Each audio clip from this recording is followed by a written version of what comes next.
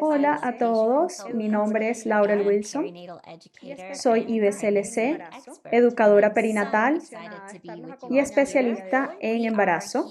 Y estoy tan emocionada de estarlos acompañando el día de hoy en el ciclo de conferencias de la Semana Mundial de la Lactancia 2021, Lactancia Materna, Bienestar para Todos, Centro Médico Docente La Trinidad. Así que hoy vamos a estar hablando de la base de la salud, leche humana, epigenética y microbioma. Así que empecemos. Antes de comenzar, hagamos algunas aclaratorias. Recibo regalías de la autoría de mi libro, El embarazo vincular, cuyo contenido no será discutido en esta presentación. No soy investigadora per se, pero sí una ávida lectora de investigación científica. Los estudios que serán presentados el día de hoy no son de mi autoría, pero son basados en el trabajo de espectaculares investigadores por los cuales estoy tremendamente agradecida y emocionada de poder hablar de su trabajo. Ofreceremos una lista de los mismos al final de la presentación. Nuestros resultados esperados para el día de hoy serán definir los términos epigenoma y genoma, que podamos tener una lista de la forma en que la leche humana puede tener un impacto positivo en el epigenoma y el microbioma del niño, y cuáles son las tres áreas de influencia importantes en las cuales el epigenoma y el microbioma pueden estar influenciados por la leche humana durante un periodo crítico de los primeros 1000 días de vida. Así que, ¿qué significa exactamente epigenética? Ahora, si están familiarizados con la terminología, se darán cuenta que es un concepto bastante interesante y que significa cómo el ambiente puede cambiar y moldear nuestros genes, la expresión de nuestro ADN. Y de esta manera, lo que significa exactamente epi es por arriba y por afuera, y genética, nuestros genes.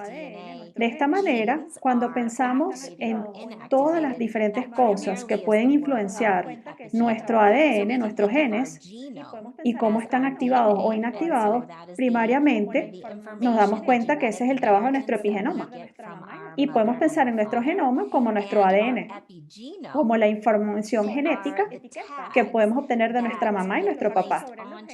Y nuestro epigenoma son las etiquetas que pueden colocarse sobre los genes, sobre el ADN, basados en cómo podemos interactuar con el ambiente.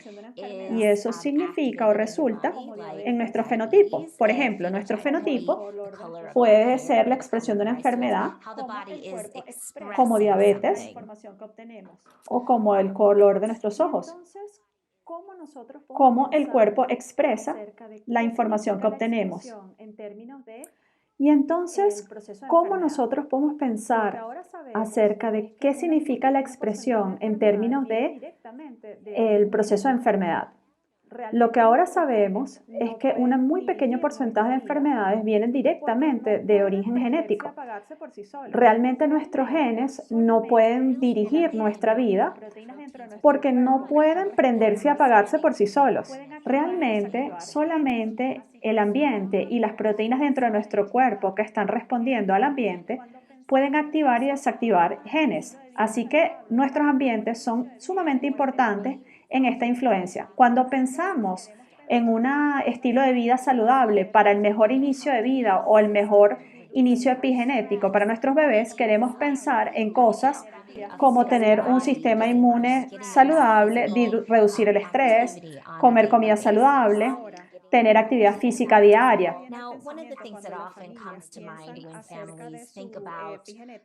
Ahora, una de las cosas que frecuentemente viene al pensamiento cuando las familias piensan acerca de su epigenética, se preocupan acerca de su epigenoma heredado. Y lo que estamos descubriendo ahora es que nuestro epigenoma heredado, para algunos rasgos heredados, puede ir muchas generaciones atrás. No sabemos exactamente cuántas, pero sabemos que sí algunas generaciones atrás. Y esta información importantísima la recibimos de los estudios provenientes de los holandeses, ya que los holandeses han mantenido récords médicos por muchísimos años y han podido ir muchas generaciones atrás para investigar algunas etiquetas epigenéticas en el tiempo. Y frecuentemente las familias se preocupan si no han tenido un estilo de vida saludable durante su embarazo o si han estado sometidos a algún tipo de trauma o han encontrado que han estado viviendo en un ambiente tóxico. Ellos se pueden preocupar acerca del legado que están dejando para su descendencia. Y una de las cosas que quiero aclarar es que sabemos también que hay un hecho, que nuestros genes son plásticos. Tenemos la oportunidad de que nuestros genes cambien y se moldeen en el tiempo. Y a pesar de que somos vulnerables, no significa que es un todo o nada. Una de las cosas que el doctor Kenneth Colletier explica es que nuestros genes predicen nuestra vulnerabilidad, pero no nuestro destino. Y eso es muy importante para que lo consideremos si estamos hablando de epigenética. Nosotros tenemos habilidades para cambiar y moldear nuestros genes y tomar mejores decisiones, saludables decisiones que pueden implicar un cambio a largo plazo para nuestra salud. Entonces me gustaría darles como una visual cuando estamos hablando de epigenética. Si piensan en su cuerpo como si fuera un teléfono inteligente, el genoma sería el hard drive o el disco duro. Así que el ADN sería toda la información que cualquier momento podrás requerir. Cualquiera de los procesos. Y tal cual como un teléfono, nosotros no jugamos con esa información, simplemente la dejamos ser. Eso es más o menos lo que pasa con el ADN. Una vez que es heredado, no se cambia y se moldea mucho durante la vida. Pero además de esto está el epigenoma. Y si pensamos en el modelo del teléfono inteligente, el epigenoma sería como las apps, las aplicaciones. Así de esa manera, las apps serían similares al hecho de que podemos cambiar, por ejemplo, nuestro ambiente. Podemos cambiar nuestra dieta, podemos cambiar dónde vivimos, podemos cambiar las personas con las que interactuamos, podemos cambiar nuestras reacciones al estrés. Esos deberían ser diferentes tipos de apps que podemos colocarle a nuestro teléfono inteligente. Y cuando vemos nuestro teléfono y queremos interactuar con nuestro teléfono, podemos tener algún tipo de programa que sería el ejemplo del fenotipo. Por ejemplo, si quisiéramos ir a algún sitio, podemos activar en nuestro teléfono una aplicación de mapa. Y entonces tendríamos un programa de mapa que puede correr en nuestro teléfono celular, algo que expresa nuestro cuerpo, que sería el fenotipo. Ahora, hay una variedad de elementos a los cuales llamamos switches epigenéticos, y estos son tipos de exposición que pueden estar en el cuerpo y que pueden prender o apagar, pueden desencadenar, activar o desactivar el epigenoma. En nuevas terminologías, para estos elementos que prenden y apagan el switch, lo llamamos exposoma. El exposoma es toda la cantidad de cosas diferentes que hay en el ambiente que pueden activar y desactivar nuestro epigenoma. Algunas de estas cosas pueden ser, por ejemplo, exposiciones químicas y en el ambiente. Como por ejemplo, sabemos que en nuestros colchones hay elementos que impiden que se incendien con facilidad. Y ahora sabemos que estos elementos son tóxicos. Ese sería uno de los ejemplos de exposición química o elementos que prenden y apagan los switches. Otro elemento que prende y apaga el switch sería nutrición. Y la nutrición es uno de nuestros más importantes y poderosos switches epigenéticos y hablaremos más de eso ya que estamos hablando de leche humana. Pero también cosas como las emociones, los pensamientos y los sistemas de creencia. Y eso puede parecer raro, pero cuando piensan que son nuestras emociones y nuestros pensamientos, son neuropéptidos. Y estos son pequeñas moléculas que son liberadas en nuestro cuerpo cuando estamos expuestos a ciertos ambientes, a ciertas situaciones. Y estos neuropéptidos pueden activar aparatos, órganos y sistemas para causar efectos. Las emociones están allí para mantenernos a salvo, pero son muy reales e interactúan con nuestro epigenómeno. Y por eso es una de las razones que el estrés también está en esta categoría y tienen tanto impacto en términos de epigenoma. Ahora utilizamos el ejemplo del switch. Son como un switch de prendido y apagado de luz. Pero lo que ahora sabemos es que es como un filtro de luz. Podemos tener una muy brillante expresión del gen, una media o una baja expresión, o cuando estén apagados. O sea que hay mucha más variabilidad en cómo se expresan los genes y por esa razón, cuando vemos alrededor en nuestro ambiente más cercano, inclusive en nuestras familias, hay diversa expresión de genes por esa variabilidad de expresión. Ahora sabemos que inclusive con gemelos, que los gemelos no viven la misma experiencia de vida. Pueden tener expresiones fenotípicas similares, pero mientras crecen y son expuestos a diferentes experiencias de vida, nutrición, relaciones, pueden desarrollar diferentes procesos de enfermedad. Ahora, cuando pensamos en lo que significa una herencia epigenética, sabemos que en algunos animales, por ejemplo, cuando una etiqueta epigenética ocurre, puede alcanzar hasta 14 generaciones antes. Eso significaría que dentro de la expresión del gen, si fueras ese particular animal, pudo haberse dado una activación del gen 14 generaciones atrás. Sin embargo, para un humano, para considerar una verdadera herencia epigenética, debería de ser heredada hasta 4 generaciones atrás. Y la razón para eso es porque durante el embarazo, la mamá embarazada está, por supuesto, expuesta a su ambiente y está teniendo interacciones epigenéticas. Pero también está el bebé que está dentro de su útero, que también está expuesto al ambiente y está teniendo interacciones epigenéticas al igual que la madre. Pero además dentro del bebé también tenemos a los óvulos y espermatozoides que están en desarrollo, que también están teniendo interacciones epigenéticas.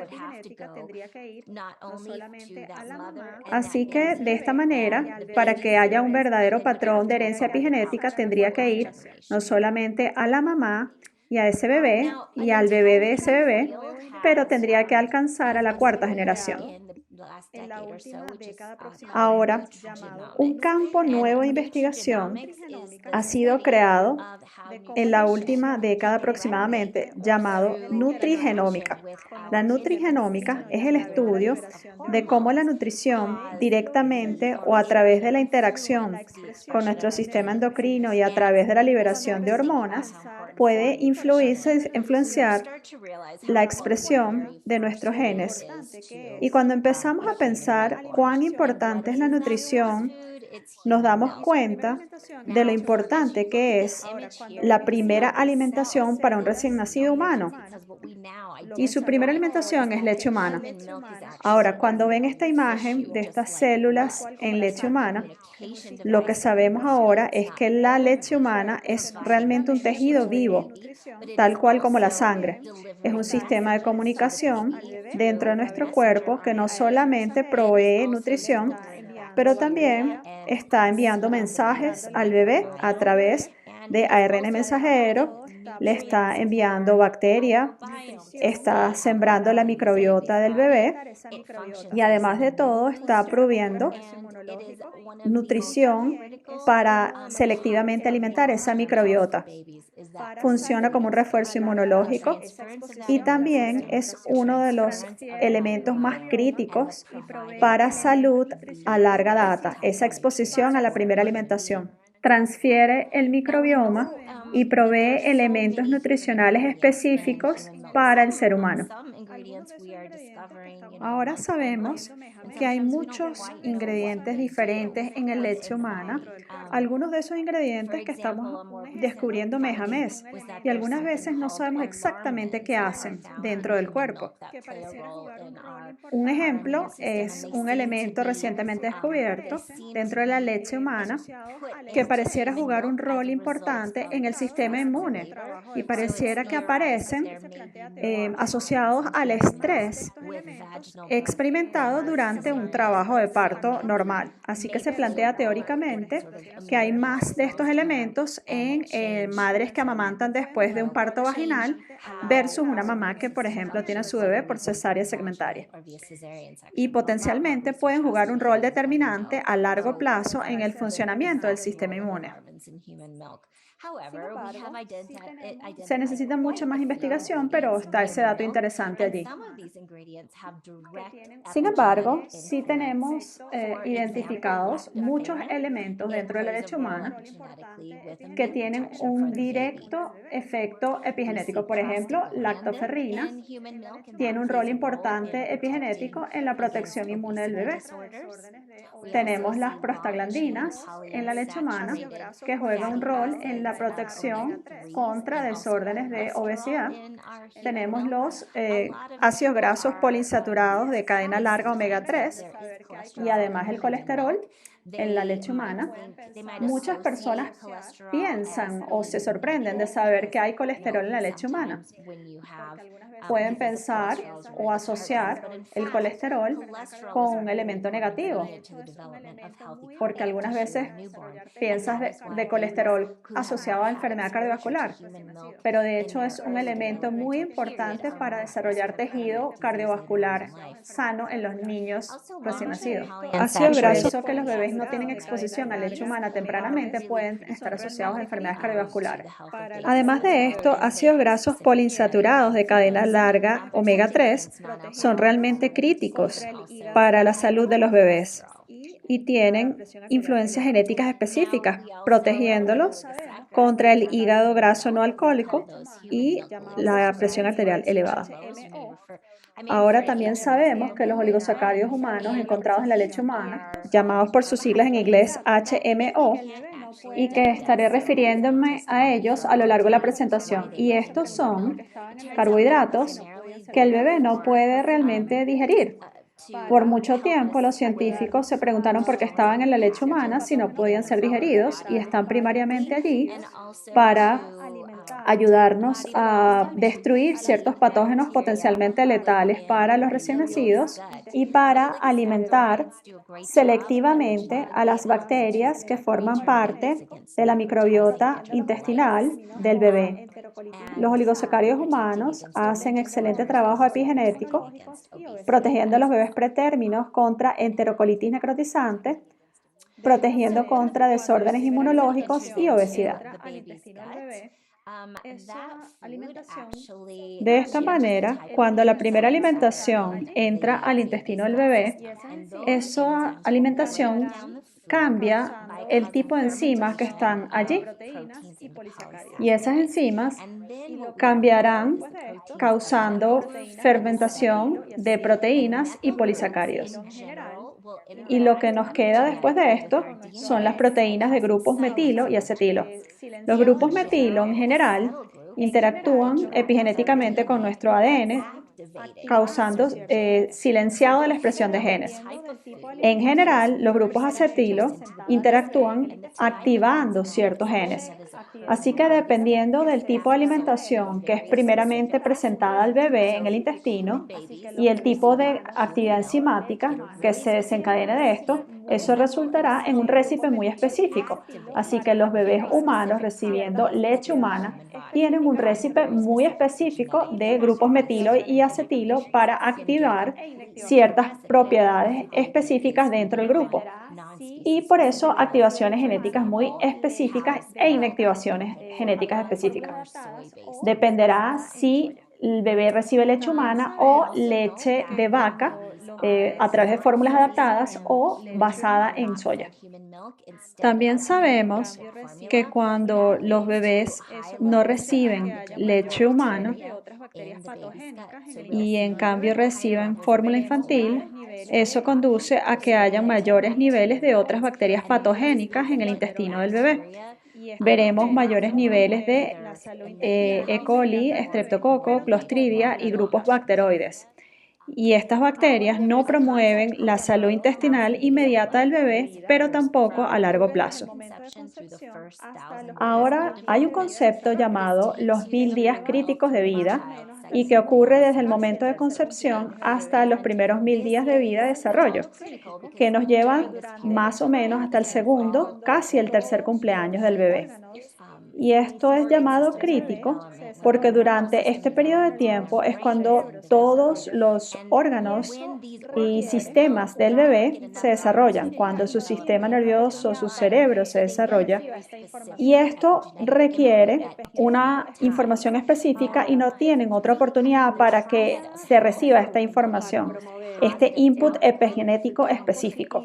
Ahora, la tríada de salud para promover el resultado más positivo durante este periodo crítico de 1000 días para un bebé es el microbioma, la siembra del microbioma, y eso está influenciado por el microbioma materno y parental y además por el microbioma del bebé. Eso está impactado por el tipo de alimento que recibe, su exposición en útero al microbioma materno y además una vez que el bebé llega al mundo, pues el ambiente en el que vive. Y por supuesto, la siguiente parte de la tríada, que es la nutrición, y eso significaría la exposición a nutrientes durante la gestación. Y esto depende de la exposición que ha tenido la madre durante el embarazo a los ácidos grasos poliinsaturados de cadena larga. Sobre todo en el tercer trimestre queremos asegurar que la madre ha tenido exposición a altos niveles de estos ácidos grasos omega 3 porque realmente cambia el perfil lipídico de la leche humana. De igual manera, tiene importancia si la mamá está malnutrida, bien sea en exceso o por déficit, si ha recibido la nutrición apropiada, si ha estado expuesta a alimentos de buena calidad y pues por supuesto del lado del bebé, cuáles fueron sus primeras alimentaciones, si fue leche humana, si fue leche extraída, si fue leche succionada directamente del pecho, si fue fórmula infantil y qué tipo de fórmula infantil. Y entonces tenemos el epigenoma, que significaría tanto la herencia epigenética de la persona embarazada y el epigenoma del propio bebé. Estos tres son muy críticos para nuestra salud a larga data. Cuando pensamos en términos de microbioma, el bebé pasa por una siembra del microbioma y esto puede incluir bacterias, dominio arqueas, virus y de igual manera hongos que se siembran a lo largo de todo el embarazo. Al menos eso es lo que piensan muchos científicos en este momento. Y nuevamente hay otra significativa siembra que ocurre cuando el bebé se moviliza a través del canal del parto vaginal y es expuesto a la microbiota del perineo, donde allí entra en contacto con algunas bacterias y eso causa una interacción entre las bacterias de la vagina y las bacterias del perineo y una siembra externa sobre el bebé, que empieza la flora bacteriana externa. El siguiente etapa importante es cuando el bebé se coloca piel con piel y empieza la siembra de bacterias familiares y luego sí son puestos al pecho para ser alimentados directamente por succión al pecho. Esto coloniza la microbiota intestinal del bebé por primera vez y luego de eso, claro, a lo largo de la vida van a tener diferentes cambios en la microbiota, pero estos primeros impactos son vitales para el bebé, son únicos para el bebé, similares a los de los padres, a los de las personas con quien viven con el bebé, sus hermanos, sus amigos en el colegio, las familiares. Sin embargo, el microbioma sigue siendo único para cada ser humano. Pero cuando pensamos en el cuerpo humano, pensamos del microbioma y las células humanas juntas como un concepto llamado holobionte. Esencialmente lo que hemos descubierto es que nuestro cuerpo es tan solo aproximadamente 40% células mamíferas o ADN mamífero, realmente ADN humano, y 60% microbiano. Y por eso, la mayoría del ADN que está funcionando dentro de nuestro cuerpo es no humano y está relacionado mucho más con nuestro microbioma que con nuestras células humanas. Cuando pensamos en estos microbios y nuestro microbioma, como si fuera un barco que nos mantiene a flote nuestra salud durante toda nuestra vida, y durante este tiempo, esta embarcación puede sufrir algunos ataques como jabón antibacterial, antibióticos, enfermedades, tratamientos que alteren nuestro microbioma. Estos serían como cañones que atacan al barco y causan huecos. Y podemos ver algunas fugas, pero rápidamente el microbioma se puede autosanar y se puede reparar. Sin embargo, hoy sabemos lo importante que es mantener a flote esta embarcación. No queremos que esté todo el tiempo siendo atacado por cañones que puedan causar que la embarcación se hunda. Entonces ahora sabemos que tenemos una gran reverencia por mantener nuestro microbioma estable, sembrarlo de manera saludable y también mantenerlo estable durante todo el resto de nuestra vida. Este es un lindo flujograma de lactancia y fenotipo. Prenatalmente tenemos modificaciones epigenéticas que tienen que ver con el ambiente materno y una vez que el bebé nace tenemos dos rutas. O recibe leche humana y desarrollan una microflora intestinal saludable que lleva una modificación epigenética de la expresión del gen muy específica y que nos lleva a un fenotipo saludable. O podemos tomar otra ruta y recibe leche artificial, que es fórmula infantil, y nos lleva a una microflora patogénica intestinal con una modificación epigenética de la expresión del gen desfavorable que nos lleva a un fenotipo no saludable. Un estudio muy interesante realizado por Mosavi y colaboradores evaluó los influenciadores más impactantes del microbioma de la leche humana y encontraron 5 categorías importantes: vida temprana, el propio bebé, las prácticas alimentarias, la leche humana y la madre o persona gestante y lactante.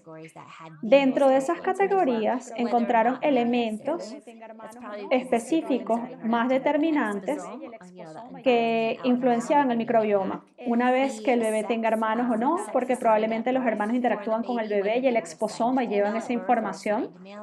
El sexo asignado al nacer, bien sea hembra o varón. El modo de alimentación, y esto se refiere si el bebé recibió leche humana al pecho o extraída y ofrecida en un biberón. La exclusividad de la leche, es decir, si recibió solamente lactancia materna exclusiva o algo de leche artificial. Y además de esto, el índice de masa corporal de la madre. Ahora recuerdo haberles hablado de los oligosacáridos humanos, que son esos azúcares especiales que están en nuestra leche humana, y ellos ayudan a alimentar la bacteria y luchar contra los patógenos. Y cuando vemos la composición de la leche humana versus la composición de leche de vaca, primordialmente en la leche humana tenemos 32% de grasa, en la leche de vaca también. En la leche humana 54% es lactosa, en la leche de vaca 41% es lactosa, y aquí es donde viene la diferencia grande. 6% de la leche humana es proteína y 27% de la leche de vaca es proteína. Esa es una de las razones por las cuales es tan difícil digerir para los bebés la fórmula que está basada en leche de vaca. Y es porque es alta en proteína y tiene que ir a través de muchas modificaciones para poder digerirse apropiadamente. Ahora, la gran diferencia cuando hablamos microbioma es el 8% de oligosacáridos humanos que están presentes en la leche humana. Tenemos hasta más de 200 tipos diferentes de oligosacáridos humanos que son genética y geográficamente influenciados. En la leche de vaca tenemos apenas 0,1% de oligosacáridos, así que los bebés que no reciben leche humana están verdaderamente despojados de oligosacáridos humanos críticos que los ayudan a desarrollar su intestino, mantener la comunicación a través del nervio vago del eje intestino-cerebro y establecer un verdadero sistema inmunológico positivo.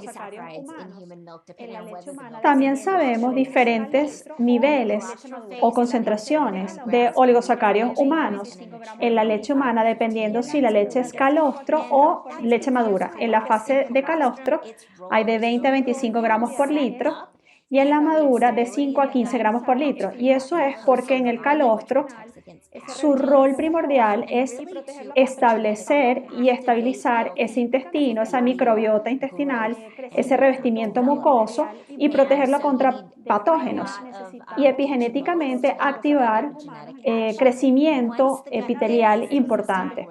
De esta manera necesitamos muchos oligosacáridos humanos en esta fase. Una vez el intestino ha estado establecido, simplemente seguimos alimentándolo y se mantiene esa protección contra los patógenos. De esta manera, aquí es una cosa que sabemos acerca. Ok, entonces, ¿por qué es importante esto?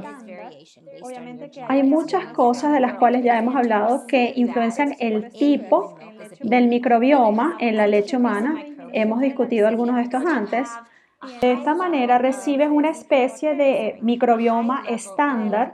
Obviamente que hay variaciones según tu genética y el lugar del mundo donde vives, pero si lo recibes en leche humana como un bebé, entonces tienes una disminución de la diversidad microbiana, tienes altos niveles de bifidobacteria y de lactobacilo, o sea que son bacterias saludables que permiten tener un microbioma balanceado. Si tú no lo recibes en etapas tempranas de la vida, entonces tienes una alta diversidad microbiana porque hay muchas bacterias patogénicas y pocas bacterias saludables.